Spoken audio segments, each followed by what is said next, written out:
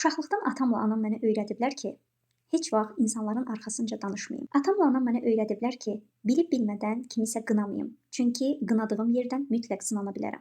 Atamla anam mənə öyrədiblər ki, heç nə göründüyü kimi deyil. Ona görə də qərar verməyə tələsmək olmaz. Atamla anam mənə öyrədiblər ki, ürəyi təmiz olan bir insanın həmişə gələcəyi də gözəl olur, qarşısına gözəl fürsətlər çıxır və daim Allah onun ruzisini yetirir. Atamla anam mənə öyrədiblər ki, başqasının paxıllığını çəkən insanlar əsla irəli gedə bilməzlər. Atamla anam mənə öyrədiblər ki, əgər pisliyə pisliklə cavab versəm, onda pislik edən insandan mənim heç bir fərqim olmayacaq. Ən yaxşısı neytral qalmaq, həmin insanı Allaha tapşırmaq və bir də həmin insanla səmimi olmamaqdır. Atamla anam mənə öyrədiblər ki, zəhmətsiz heç nə əldə etmək olmur. Ona görə də mən öz istəklərim üçün daim çalışıram.